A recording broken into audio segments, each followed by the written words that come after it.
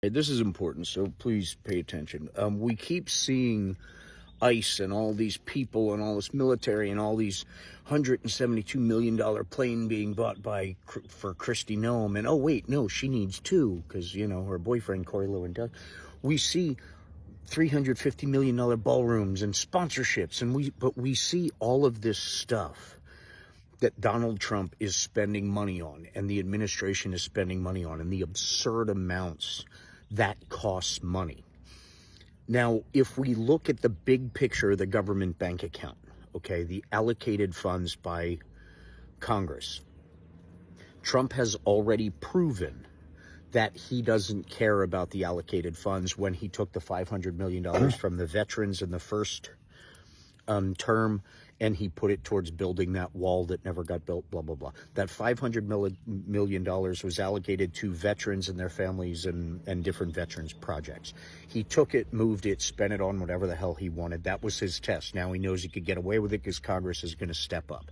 Congress is the ones that are supposed to, by the structure of this government, step up and say, no, that is where that was allocated. And they're supposed to take action and stop him from doing that.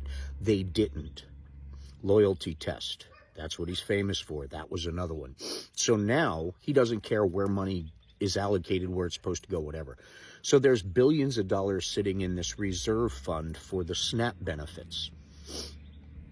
There's also reserve funds for other programs that, like veterans programs and things like that, that are sitting there in case a government shutdown. But right now, on Halloween, the SNAP benefits end tomorrow. He's making the choice to shut off all the machines, shut it all off, threaten the state, saying if you use your emergency funds that each state has, because each state has emergency funds as well, and then the federal government has a emergency fund. Now, Social Security is a similar thing. It's a bunch of taxpayer money.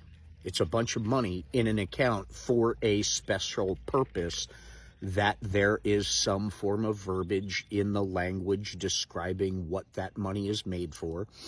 Like the SNAP has verbiage about it's for assistance in food and blah, blah, blah, blah, blah, and administrative whatever. So that one little piece of the verbiage that's not really meant to be applied the way it's applied, it's kind of like an invitation for that $500 million move because he says so. The whole King thing. So he sees that as the SNAP stuff, and he goes in and helps himself and does whatever. This is all, think of it as a checking account, okay? The money sitting there, it doesn't matter where it's supposed to go.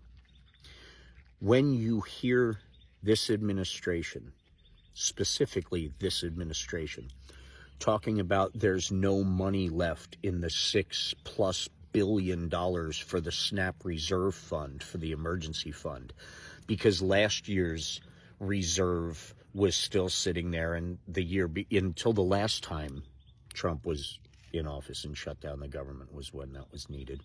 But it's the test has already been run. So he's been spending everything, including Social Security money and all that. And the reason you can safely say that is because they keep saying there's no money left, there's no money left, there's no money left. And I believe that's the only thing they're being honest on. But I also know that during something like a shutdown, which seems pretty planned to me, without government oversight, without the Congress allocating funds and doing its job like it's supposed to, without having them there, he can still write checks on what's sitting there for other purposes. So yeah, there's a big picture here, folks. When I say no matter what happens, follow the storylines, this is the stuff he has done the entire time. He's finding equity in this country and what this country has, the assets of this country, the cold hard cash. And he's manipulating that cold hard cash that belongs in other places that, you know, like Social Security or Medicare or SNAP benefits or, you know, veterans stuff. He's taking all that with no backup to replace it, and not a care in the world of the people that it's going to affect. Considering a majority of the red states are listed in the worst hit states because of all his actions. The FAFO section, the find out section, is here. He's been spending money in all of our reserves to do all of his crazy shit. So when we need it the most, he has to prevent the states from trying to move that money, because it doesn't exist anymore, and that would show it that it was spent on other stuff.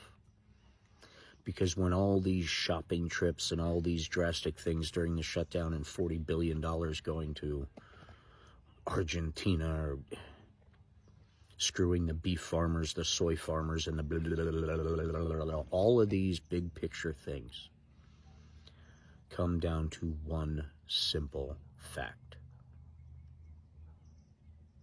The piggy bank of the taxpayers is being tapped at every angle by one person and his group. He's suing the taxpayers for $230 million, and he gets to approve whether or not to pay it and how much to pay. I wonder if he's going to treat that payment like he has most of the other things that he owed money to in his life. You know, not pay him at all. That would be cool. And that would be the first time he's running this country unlike how he ran his businesses, you know, screwing everybody over. The big picture here is even uglier.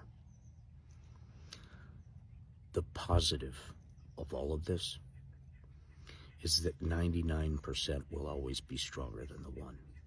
And the big billionaire businesses and the big millionaire assholes all rely on us to keep their money flowing.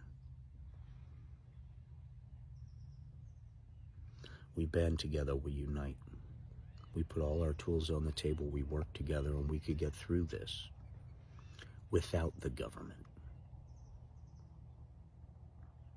Just us, you know, U.S. Us, U.S., see, us. I'm the first person to notice that.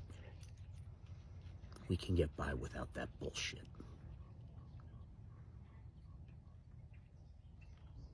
Stay diligent, stay educated, and be kind, because we are all in this together. Stand strong, ladies and gentlemen. We got this. Take care of each other. God bless.